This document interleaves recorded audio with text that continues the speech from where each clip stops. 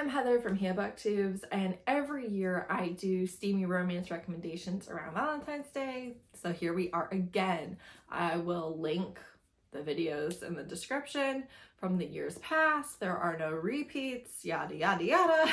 These are some of the hottest romances that I've read in roughly the last year. The first one is Sugar Sugar by Lady Marie. This is a sugar baby and the sugar daddy romance. It is a Black romance. So the main character and the love interest are both Black. He is older, but he's not that much older. They've never had sex as part of their arrangement, and she has been his sugar baby for about 3 years, I want to say.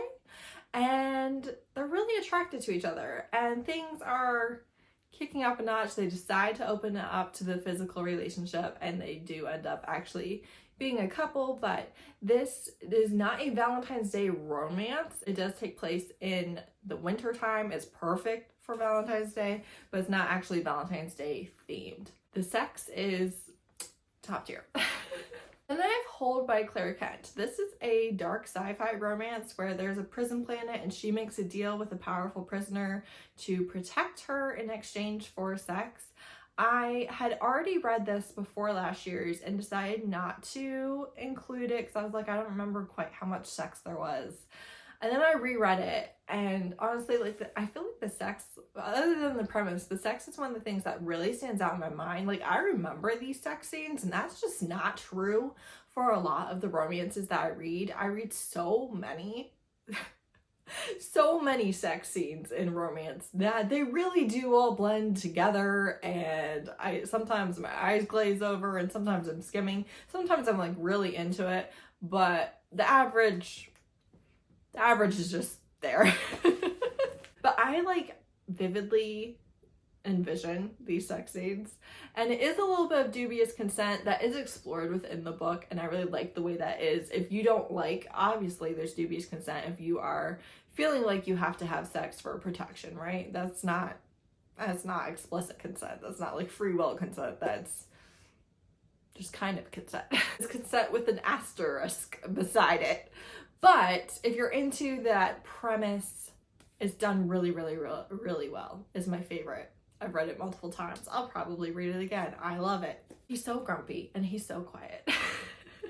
My favorite combination. Then I have Cupid's Peak by Jacquot. This is a Valentine's Day romance novella, and it is childhood crush, something like that. He's actually a famous hockey player right now. They kind of had a thing for each other, but they never dated. And there's exhibitionism in this one, and also praise kink, I believe. And yeah, I mean, if you want a hot tub sex, if you want, you were the one that got away, now we're 10 years older and we know what we're in for, and I still want a shot at you, even if that means having to deal with fame and, you know, media and fans and stuff. As someone who thinks that fame is the worst thing that could possibly happen to me, I really like the way that I handled it, and the sex was, yeah, just good. Really, really good.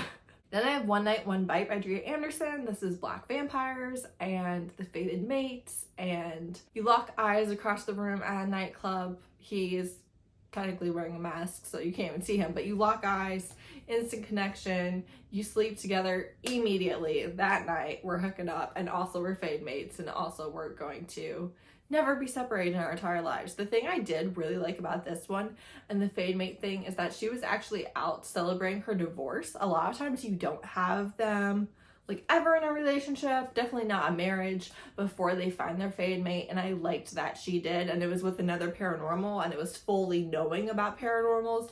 All of that is kind of rare, and this is kind of an alternate history of the United States when during the time of slavery, the oppressed peoples got supernatural powers and became paranormals. Then I have I'll Never Be Your Crown Princess. This is a steamy, explicit manga. It is dubious consent. He is the prince and she's the fiance of the prince, and she's like, absolutely not.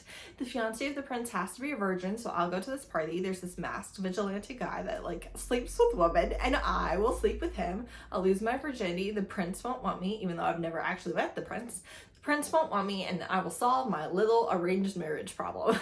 She does that, and of course, the masked vigilante and the prince are one and the same. Then I have Ruthless Villains by Marion Blackwood. This is two villains, two dark mages, are rivals and actively trying to kill each other for years, and now they have to work together and they're going to fall in love. And it's a 5-book series following this couple, and the first like 3 books are, oh no, I think I'm in love with them, they can never find out. There's a lot of steamy sex, a lot of magical powers used for vibration or for restraint. There's a lot of knives to the throat. There's a lot of, you know, get on your knees and beg me to spare your life and maybe I'll give you an orgasm. It's so good in that aspect. But then there are parts of the writing that are so incredibly repetitive that really just bring it down quality-wise. That does improve throughout the series, but there are fun things besides just the sex and the relationship dynamic in every single book that keeps me reading, keeps it a 4-star, even though there's quite frankly some pretty bad technique flaws, I would say. But it's just, they're backstabbing. They're evil mages. They're dark mages. You cannot trust them. Also, the hero's the most stereotype good, bad people you've ever met in your life. It doesn't matter. I love this series. I love the covers. Is it good? No. Is it great? Yes. Then I have His Majesty by Shon. I did not know what I was in for when I got into this novella. So this is a Black romance, but they are exes. And she is pushing his buttons and he's like, enough. Enough. You're mine. You're always going to be mine. We are destined to be together. We're going to be together, which obviously can be creepy, but in this one is not. And he's kind of going to give her an orgasm up against the wall because she pissed him off by bringing a date to his restaurant. I'm not saying that you should do that, but I'm saying if I'm reading about it, I'm very into it. Then I have Slashed by Thalia Sanchez. This is a Halloween romance novella, but it's really slasher. You could read it any time of year, and you should. If you like slashers, I don't even like slashers, but I was still really into it. So she goes to a haunted house. One of the actors she's going to have sex with, but turns out he was an actor and he was actually killing people. And they really had sex in real blood. If that doesn't intrigue you, stay far, far away. If that does intrigue you, I think it will deliver on that premise. And lastly, I have In the Care of Magic by Robin Jo Margaret. This is actually erotica, so it's kind of a happy for now. They are aromantic, so there isn't any like romance in that sense, but you have a sex demon who can't stop having sex or they will stop existing, but is really kind of over being a sex worker and feels pretty used a lot of times. And you have a curvy pansexual witch who is burned out from being unappreciated by the village, and she goes on a break. She calls the sex demon and they have explicit consent, great steamy scenes, and just an appreciation for each other and each other's bodies and each other's boundaries that I found to be so delightful, while also being this cozy, very steamy fantasy romance erotica. It's not actually fancy romance, it's fancy erotica, but honestly, as a romance reader, I felt satisfied with the way that it ended. So it's amazing.